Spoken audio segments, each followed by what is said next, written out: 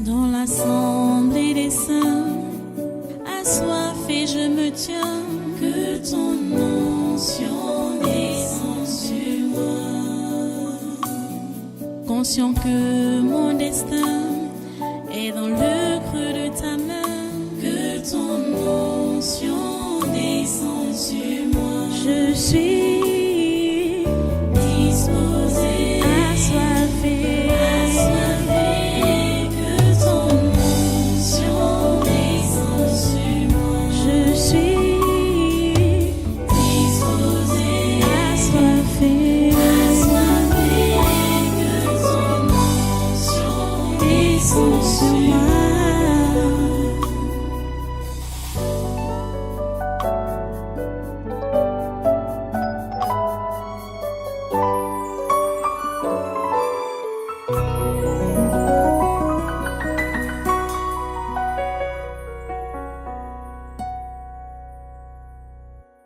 Mais cette femme n'a jamais compris, jusqu'à écrire cette lettre de confession, de repentance. Elle n'a pas compris qu'il faut se débarrasser d'un tel cœur. La preuve, c'est que ce qu'elle demande à Dieu, c'est que dès que Dieu lui pardonne, dès qu'elle a son pardon, là, que Dieu la prenne. Comme elle a confessé là, donc que je prie pour que Dieu la prenne. Vous voyez l'égoïsme, vous voyez le moi, vous voyez la méchanceté. Est-ce que c'est en ce temps-ci qu'il faut partir comme ça? Que tu as déjà fait quoi pour Dieu? Voilà les enfants que tu avais demandé, tu as déjà eu 2. Tu veux donc les laisser orphelins avec l'homme? Laisser les petits-enfants là orphelins avec leur père? Tu ne vois pas que tu es méchante? Tu continues à alimenter ta méchanceté. Et tu prétends te repentir. Tu prétends confesser. Ce n'est pas ça la confession. Ce n'est pas ça la confession. Voilà l'image du sacrifice de porc. Voilà ça. 2 pages. Elle a fait son sacrifice de porc. 2 pages. Comme vous pouvez voir. 2 pages. Le paragraphe où elle parle donc, c'est là ma doléance. Quand elle a dit, lors de la délivrance d'un sorcier, papa, vous avez dit, je cite, quand un sorcier se repent en vrai, il ne peut plus vivre longtemps quand Dieu veut le sauver. Et là où j'ai mis entre parenthèses, vous pouvez voir comment j'ai mis entre parenthèses le dernier paragraphe là. Vous voyez? Elle a donc dit, c'est là ma doléance, pasteur. Après que vous m'ayez accordé votre pardon, ainsi que celui de l'Assemblée, s'il vous plaît, priez pour que je m'en aille en paix, rassuré de mon repos éternel. Vous voyez, pour ce paragraphe, le dernier paragraphe, ce qu'elle a écrit là, j'ai fait les commentaires sur cela pour dire échappatoire, égoïsme, la fuite, le refus d'être utilisé par Dieu, le scellage de la mauvaise nature égoïste, le déni de la vraie repentance. C'est ça que tu as fait là. C'est le déni de la vraie repentance. On a pris la repentance de David comme un modèle de la vraie repentance.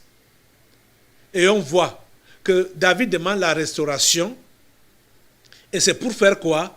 Pour évangéliser et pour célébrer Dieu. Pour évangéliser et pour adorer Dieu. Et c'est ça que je vous ai enseigné ici, que le but de la vie, c'est quoi? Adorer Dieu et le servir. C'est ça le but de la vie. Ceux qui ont demandé la mort ou leur départ, comme Élie, on voit que Élie avait déjà fini son travail. Élie avait fini son travail. Vous voyez? Et même quand il a demandé son départ, Dieu ne lui a pas dit ok, bon, je te prends.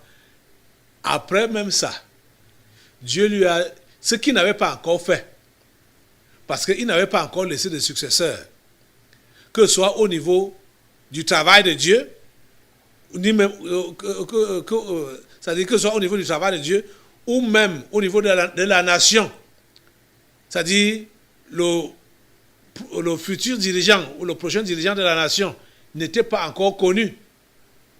Parce qu'Akab devait mourir. Tout avait déjà été dit sur Akab. Comment il allait mourir, comment les chiens allaient laper son sang et tout ça. Tout avait été dit, que ce soit même sur Jézabel. Et Dieu avait déjà dit qu'il va détruire la maison d'Akab. Donc voilà, Élie veut partir sans laisser de successeur pour la royauté d'Israël. Vous voyez, il n'avait pas encore achevé. Il veut partir sans laisser de successeur par rapport au travail de Dieu même. Il voulait partir sans se rassurer que les royaumes qui étaient à côté d'Israël avaient reçu aussi un dirigeant selon le cœur de Dieu. Donc, il voulait partir n'ayant pas achevé son travail.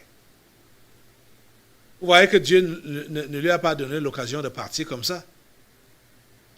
C'est là que Dieu lui dit, ok, comme tu as décidé de souffrir inutilement, parce que Élie a connu la souffrance inutile, à cause de l'oubli.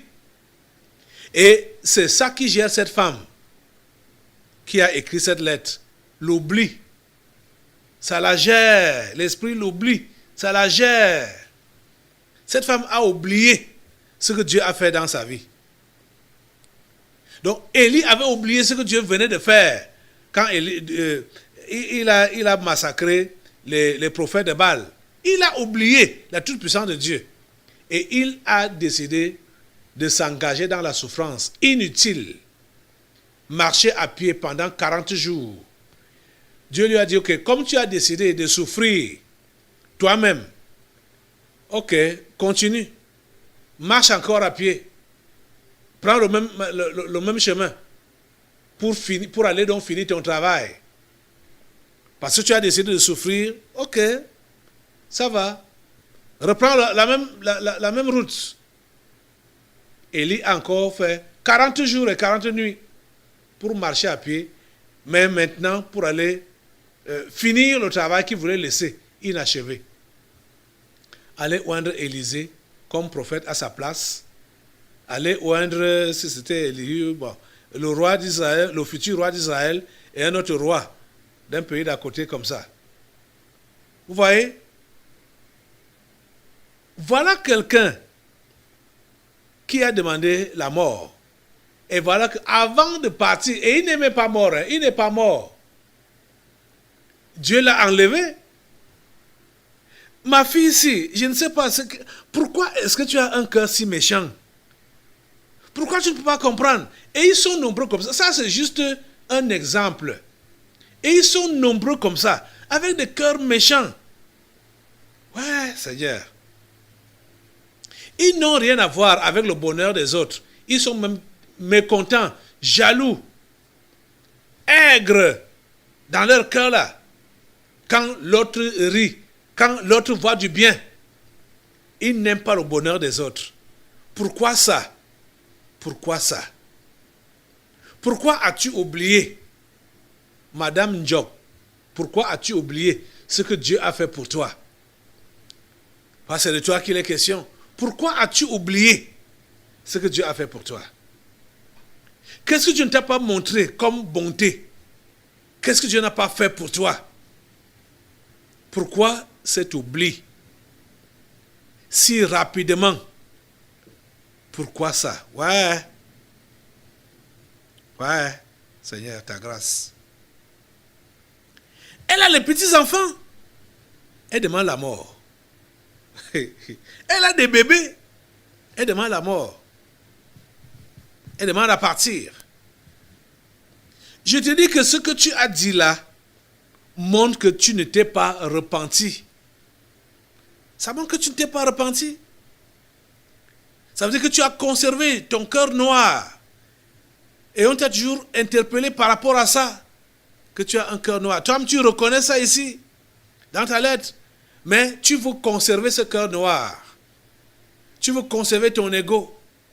Vous êtes venu ici à l'église. Vous voulez les enfants, non? Dieu vous en a donné, non? Voilà, c'est devenu un problème. Avec Dieu.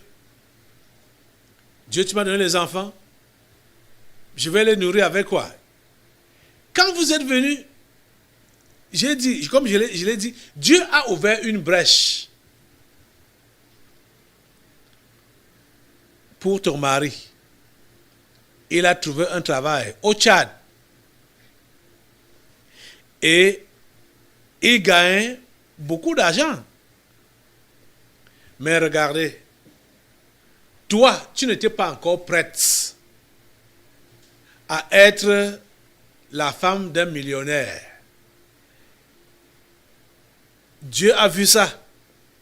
Et Dieu a décidé d'arrêter, de tout arrêter.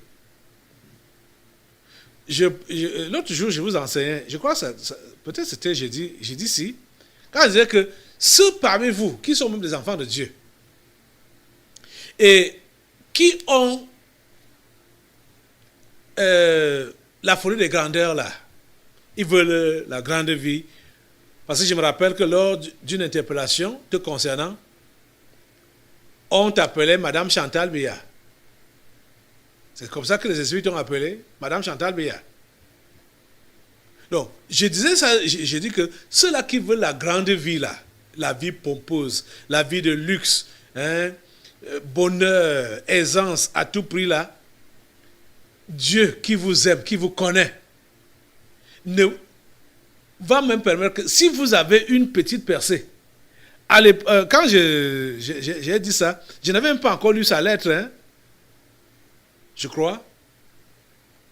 Mais si il permet que vous ayez une percée et il se rend compte que vous n'avez pas encore changé, c'est-à-dire les allures que vous aviez eues dans le monde là, grande vie, luxe, aisance, machin, c'est toujours là. Il va même refermer la brèche qu'il a ouverte sur votre vie là, concernant les entrées financières. C'est ça qui s'est passé avec votre couple. C'est ça qui s'est passé avec votre couple. Et tu n'as pas encore assimilé la leçon jusqu'à présent. Tu n'as pas encore assimilé la leçon jusqu'à présent. Et plusieurs sont comme toi. Ils sont en train de trimer. Oh mon Dieu. Est-ce que vous pouvez comprendre ce que Josué 1:8 dit? Que ce livre de la loi ne s'éloigne pas de ta bouche. C'est Dieu qui parle à ses enfants, à son enfant. Que ce livre de la loi ne s'éloigne pas de ta bouche. Médite-le jour et nuit pour agir fidèlement selon tout ce qui est écrit. C'est alors que tu auras du succès dans tes entreprises. C'est alors que tu réussiras. Voilà ce que Dieu dit. La mise en pratique de sa parole, c'est ça qui apporte le succès à ses enfants. Vous comprenez ça?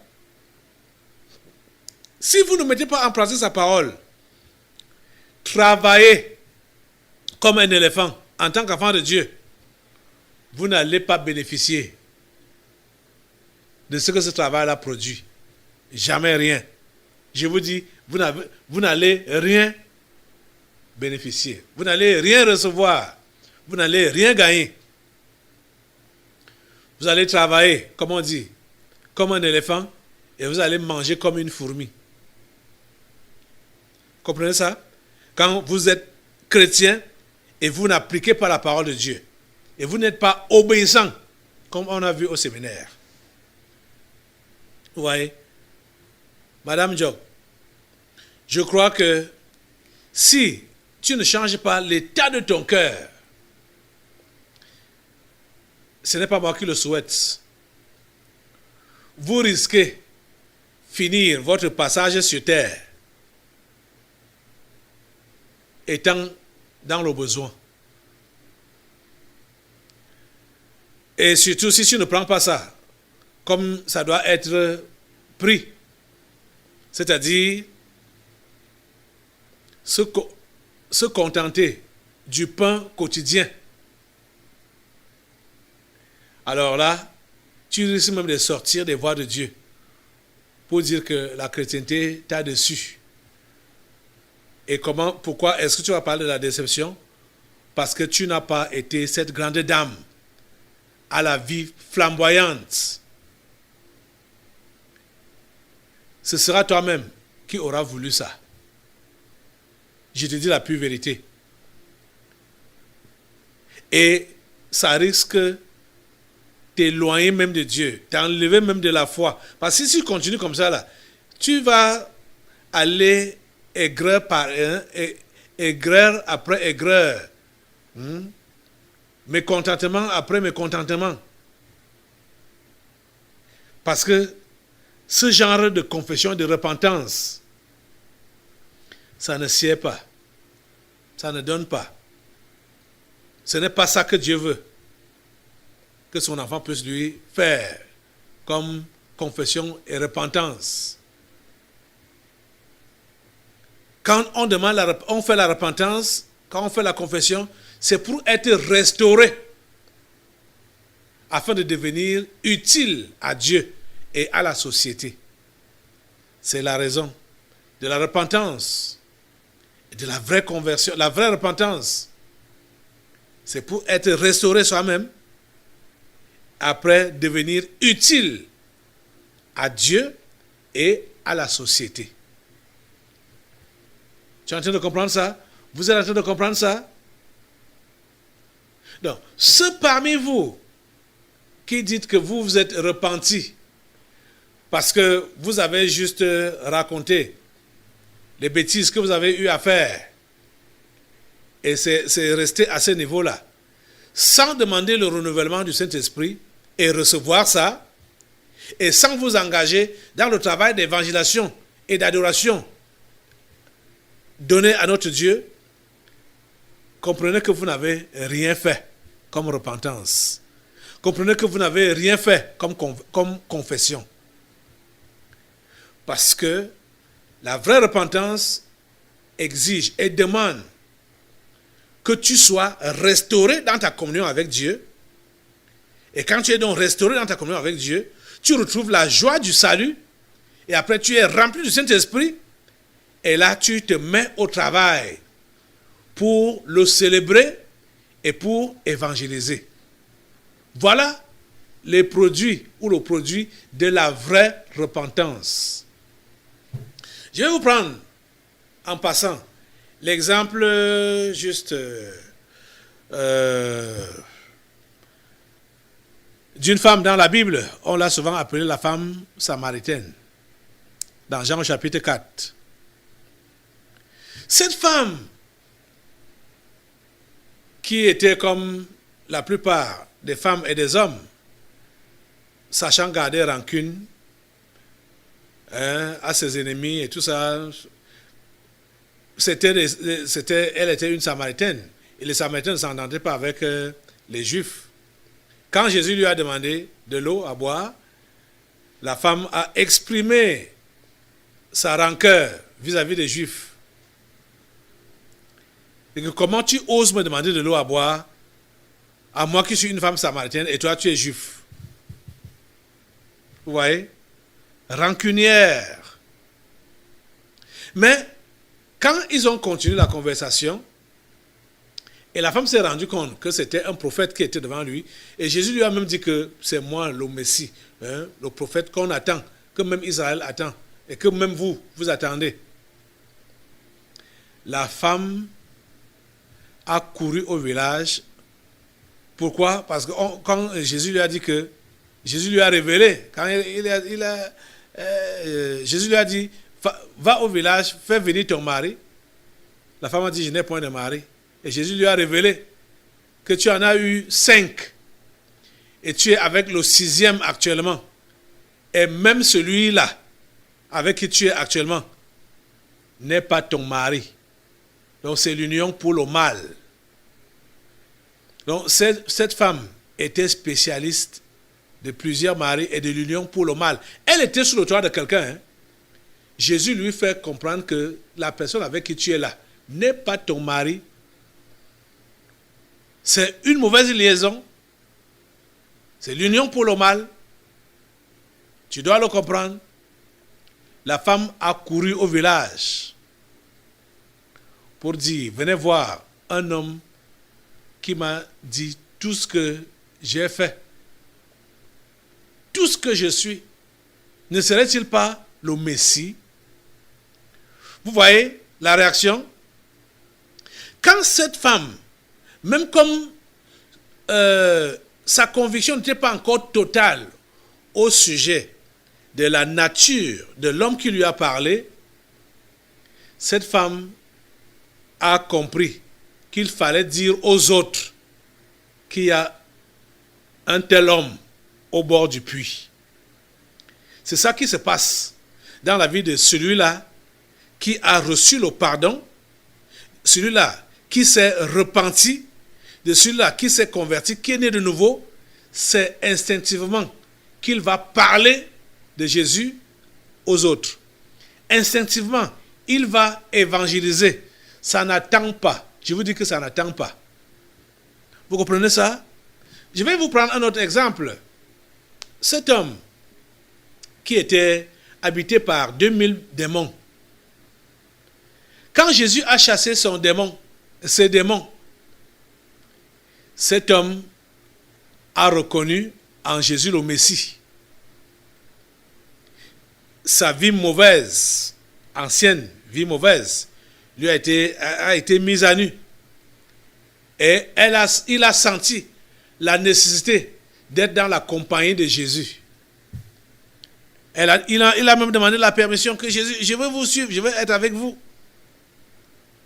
Jésus lui a dit non, ne me suis pas. Va dire à ta famille ce que Dieu a fait pour toi.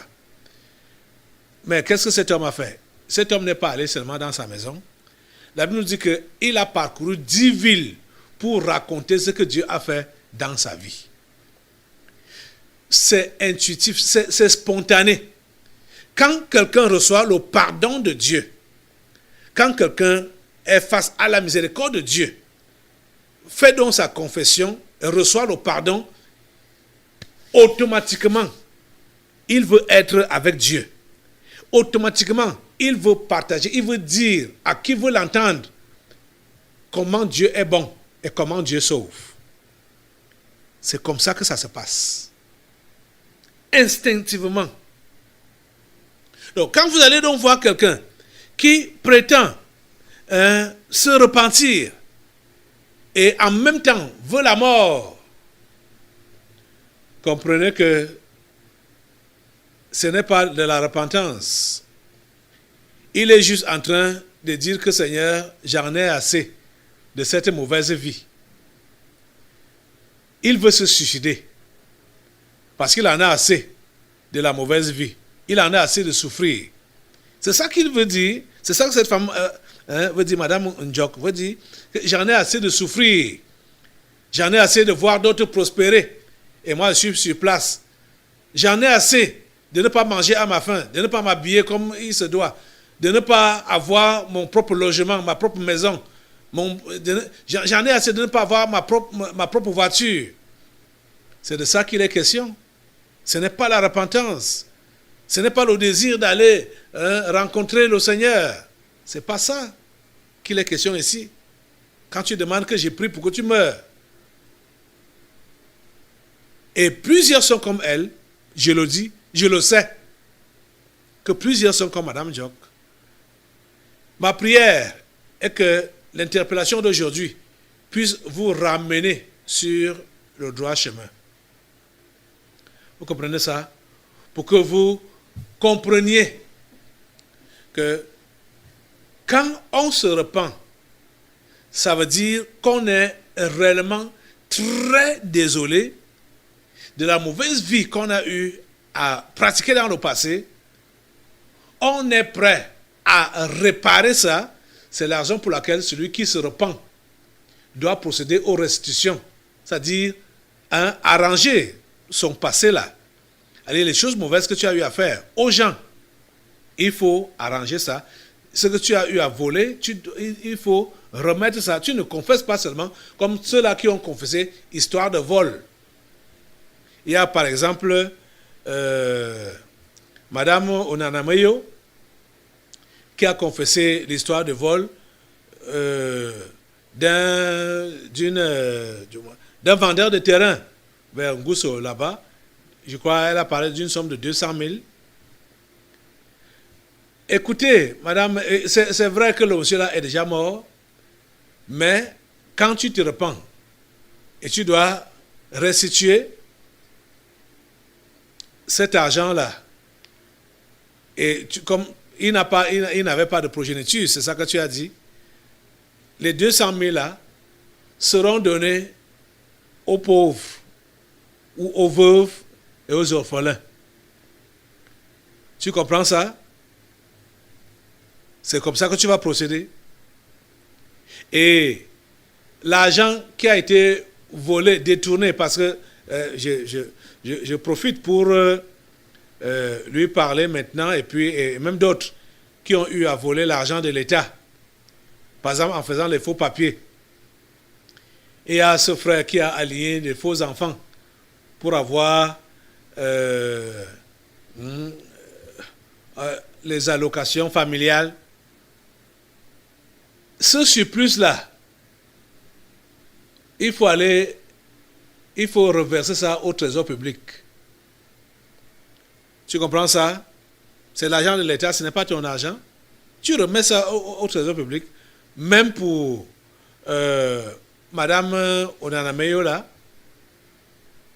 elle a également fait des transactions, ils sont allés prendre frauduleusement. Elle s'est fait soit une femme dans la polygamie pour une femme qui voulait prendre l'argent de l'État au niveau du trésor public. Elle a donné son nom qu'elle était sa coépouse. Ils ont pris de l'argent. L'argent là, il faut rembourser ça au trésor public. Il faut aller reverser ça au trésor public. Renseigne-toi, tu sauras comment ça se passe. Je crois que le trésor public, il y a... Oui, renseigne-toi de toutes les façons. Ce n'est pas mon domaine. Donc renseigne-toi comment on doit rembourser l'argent qu'on doit au trésor public. Il faut restituer. Il faut rembourser. Vous comprenez? On arrange. C'est-à-dire, quand on dit qu'on est né de nouveau, on s'est repenti, on a confessé, c'est pour procéder aux arrangements. Ce n'est pas pour s'échapper. Non, ce n'est pas. C'est trop facile comme ça pour s'échapper. Si moi je m'étais échappé après ma conversion, après ma repentance, est-ce que toi, Madame Jok, tu allais être convertie et avoir même les enfants que tu as longtemps cherchés? Maintenant là, tu as oublié ce que Dieu a fait pour toi. Tu as oublié. Tu veux maintenant mourir. Que tu as fait quoi pour Dieu? Tu as fait quoi? Hein? Tu as fait quoi pour Dieu? Ma prière est que les yeux des uns et des autres puissent s'ouvrir sur ce qu'on appelle vraiment vraie repentance.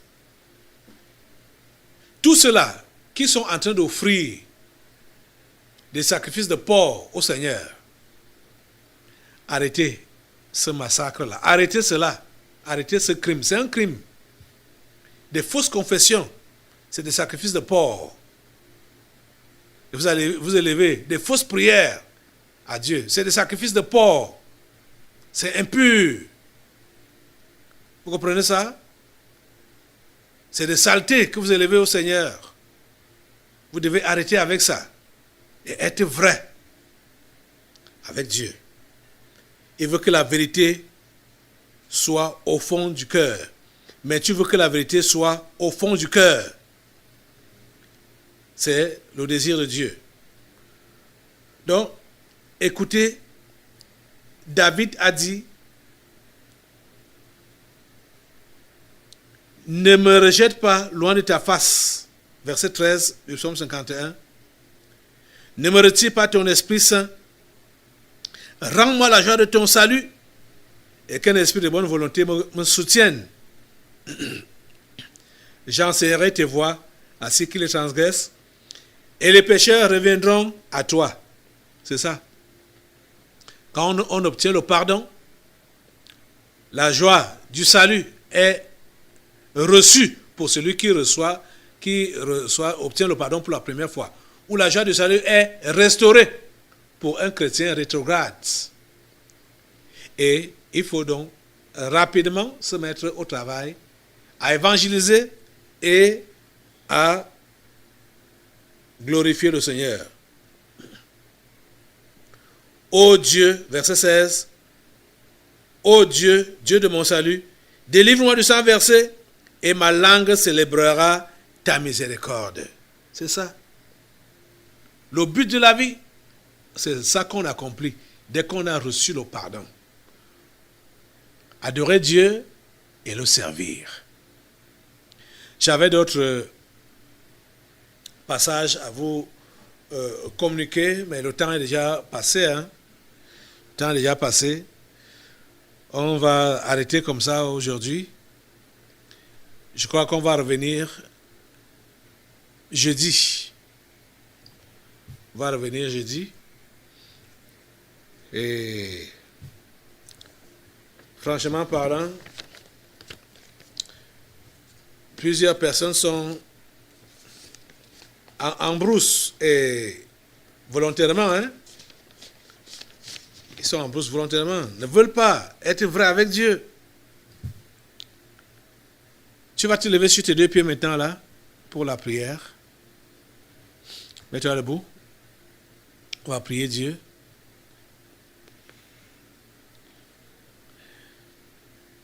J'ai pris l'exemple de Madame Joko aujourd'hui. Et je comprends vraiment, plusieurs sont comme elle. Ceux qui ont été sauvés, ils ont oublié ce que Dieu a fait pour eux. C'est ça que je constate. Ils ont oublié. Ils ont oublié.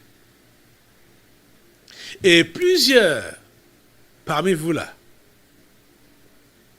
vrais chrétiens, ayant connu une vraie repentance au départ, et actuellement où nous parlons, peut-être matériellement ou physiquement, vous vivez dans la misère. Alors que ça ne devrait pas être le cas pour vous. C'est vous-même qui occasionnez ça. C'est vous-même qui êtes à l'origine de cet arrêt. Parce que ce qui est sûr, quand vous avez cru en vrai, le Seigneur vous a ouvert une brèche pour la bénédiction. Comme vous aimez la bénédiction. Il a ouvert une brèche pour la bénédiction. Vous avez commencé à voir ça. Mais après un temps, ça s'est arrêté. Brusquement comme ça. Ça, c'est le cas pratique de monsieur et madame Job. Et ce cas pratique, c'est surtout à cause de madame Job qui a eu cette rupture, cet arrêt de grâce et de bénédiction. Parce que Dieu voit son cœur. Madame Grandeur, Madame Aisance, Madame Bonheur, c'est ça qu'elle veut être. C'est ça, son cœur a toujours été attiré vers ça, le bonheur, la belle vie. Dieu a mis un stop. Et si Madame Jock ne comprend pas et tous qui sont comme elle. Si vous ne comprenez pas que ce n'est pas ça le but de la vie, c'est-à-dire, quand tu as donc cru avoir un bon travail, avoir un bon mari, te construire des maisons, être aussi quelqu'un, avoir une voiture, et ainsi de suite, être dans l'aisance. Si vous ne comprenez pas que ce n'est pas ça le but de la vie, vous allez mourir sans avoir ces choses que vous désirez de tout votre cœur là. Vous comprenez ça? Je vous dis la pure vérité. Mais ma prière est que vous puissiez quand même fermer vos yeux étant avec Jésus. Parce que la bénédiction dont vous entendez parler, quand Dieu bénit quelqu'un, Dieu ne bénit pas cette personne pour qu'elle se montre, qu'elle arnaque ou qu'elle se fasse voir. Comme vous entendez là-bas dehors, les gens prouvent que Dieu est avec eux. Ils veulent prouver que Dieu est avec eux par l'argent que Dieu leur a donné, par les voitures que Dieu leur a données. Je mets Dieu entre guillemets, Dieu entre guillemets. Qui sont grands serviteurs de Dieu parce qu'ils sont riches. Grands serviteurs de Dieu parce qu'ils sont riches. Ça ne se passe pas comme ça. Ça ne se passe pas comme ça. Le but pour lequel Dieu donne de l'argent ou des biens à ses serviteurs ou ses enfants, les vrais chrétiens, c'est pour qu'ils soient une bénédiction pour les autres. C'est comme ça. Ce n'est pas pour qu'ils puissent se faire voir ou bien pour qu'ils soient à l'aise, qu'ils vivent l'aisance. Ce n'est pas pour ça. C'est pour qu'ils soient une bénédiction pour les autres. C'est pour ça que Dieu... Donc, si tu n'as jamais, en tant qu'enfant de Dieu, si tu n'as jamais compris ça, même si tu as les talents n'importe comment, même si tu as des opportunités n'importe comment, Dieu ne pourra jamais te permettre d'avoir ces moyens matériels-là ou cet argent-là. Quand il sait que tu ne pourras pas être une bénédiction pour les autres, tu ne vas pas avoir cet argent. Tu n'auras pas ces richesses. Je te dis la pure vérité. Tu comprends ça? Je te dis la pure vérité. Tu vas mourir pauvre. Je te dis la pure vérité. Donc, beaucoup comprennent mal. Ils comprennent mal. Et déjà, je vous le dis et le redis. Peut-être je vais enseigner proprement sur ça, mais je le dis toujours que, en tant qu'enfant de Dieu, tu n'as pas besoin de prier pour avoir de l'argent. Tu n'as pas besoin de prier pour ça. Tu n'as pas besoin de prier pour les bénédictions. Non. Jésus l'a enseigné clairement. Et vous avez ce verset 33 du chapitre 6 de Matthieu qui dit « Cherchez premièrement le royaume des cieux et sa justice, et toutes ces choses vous seront données par-dessus. » Il n'a jamais été dit qu'il faut faire des jeûnes et des prières pour avoir de l'argent. Jamais. Il n'a jamais été dit ça. Faire des jeûnes et des prières pour avoir de l'argent, pour gagner les marchés, pour faire ci, pour... Non, non, non, non, non, non, non. Dieu sait de quoi nous avons besoin. Dieu sait ce qu'il veut faire avec nous. Dieu sait dans quel domaine il travaille avec nous. Et il sait ce qu'il nous faut. Et il nous donne ce qu'il nous faut. Quand il sait qu'on va utiliser ça comme il a prévu. Vous comprenez ça? C'est de ça qu'il est question. Donc comme tu es debout, lève tes mains au Seigneur pour lui dire, Seigneur, je m'abandonne à toi. Je m'abandonne à toi. Sonde mon cœur. Pour toi qui n'es pas vrai là, toi-même tu sais que tu n'es pas vrai. Demande à Dieu de changer ton cœur. Dis-lui, change ce cœur mauvais. Change ce cœur de mensonge qui est dans ma poitrine. Change cela, Seigneur. Mets la vérité au fond de mon cœur.